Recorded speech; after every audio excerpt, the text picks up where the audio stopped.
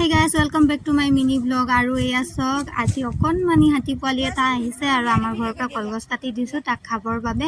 সদায় ভাবো তাক মাতিম বুলি কলগছখিনি বহুত ডাঙৰ হৈ গৈছে আৰু ঢেৰ আছে মানে কলগছ।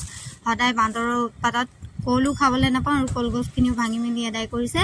তো সদায় ভাবো সিহঁতক হাতীটোক মাতিম বুলি পেলাই খাবলৈ, কিন্তু বহুত দূৰত থাকে সি, আহিবনে নাই বুলি ভাবি পেলাই মতা নহয়। আজি আকৌ গাঁও ফুৰি আছিলে সি, যিহেতু বহুত গৰম সেইকাৰণে গাঁও ফালে ফুৰি আছিলে আৰু ঠাণ্ডাকৈ মই দেখি পালোঁ, মাতিলোঁ। তাৰপিছত কলগছ খাবলৈ দিছোঁ, ভাইটিয়ে কাটি দিলে কলগছ আৰু চব খাই আছে আৰু তাৰ গাটো খজুৱাইছে, দেখিছেনে ঘৰৰ খুটাটোত কেনেকৈ সি একেবাৰে মানে গাটো খজুৱাই আছে। আৰু মোক ভিডিঅ'টোত ইগন'ৰ কৰিব দেই, মই মাত্ৰ গা ধুই পেলাই আহিছিলোঁহে। চক কেনেকুৱা হৈ আছোঁ, চুলি তুলি একো ফণিওৱা নাই। মায়ে ক'লে হাতী পোৱালিটো আহিছে বুলি, মই চিধা দৌৰি আহিলোঁ আৰু তাক দেখি ধুমাধুম মাতিলোঁ আৰু তাৰ লগত ফটো ভিডিঅ' মাৰিবলৈ ষ্টাৰ্ট দি দিলোঁ। তাক খাবলৈ দিলোঁ, মৰমো কৰিলোঁ অলপ।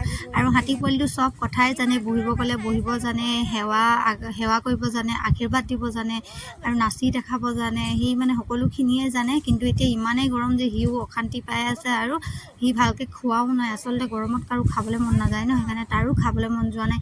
তথাপিও ভোক লাগিছে বুলি সি খাইছে আৰু, কিন্তু তাৰ টোপনি ধৰিছে। সি সেই পকাখনত বাৰাণ্ডাখনত মানে উঠিবলৈ বিচাৰি আছে শুবৰ কাৰণে, কিন্তু ওখ যে ভালকৈ সি উঠিব পৰা নাই। চব ভৰিটো উঠাইছে, দেখিছেনে এনেকৈ মানে সি উঠিবলৈ বিচাৰিছে কিন্তু উঠিব পৰা নাই।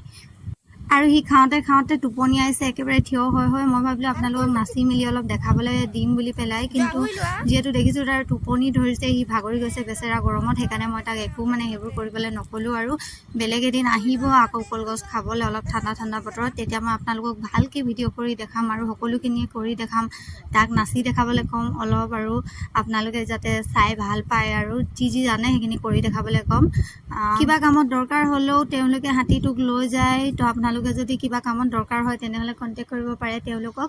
আৰু যদি আপোনালোকে বিচাৰে মোৰ দৰে কিবা খাবলৈ দিওঁ বা ঘৰত কলগছ এনেই আছে কাটি পেলাই দিয়াতকৈ তাক খুৱাব পাৰে, আশীৰ্বাদ পাব আপোনালোকে। আৰু যিহেতু মোক বহুত মৰমো লাগে হাতী পোৱালিটোক, আগতেও লগ পাইছোঁ তাক আমাৰ নামঘৰত যেতিয়া প্ৰতিষ্ঠা দিৱস ডাঙৰকৈ পাতিছিলে তেতিয়া আহিছিলে, আৰু তেতিয়া মোক বহুত ধুনীয়াকৈ সুৰডালেৰে ধৰি পেলাই সাৱটি ধৰি একেবাৰে আশীৰ্বাদ দিছিলে।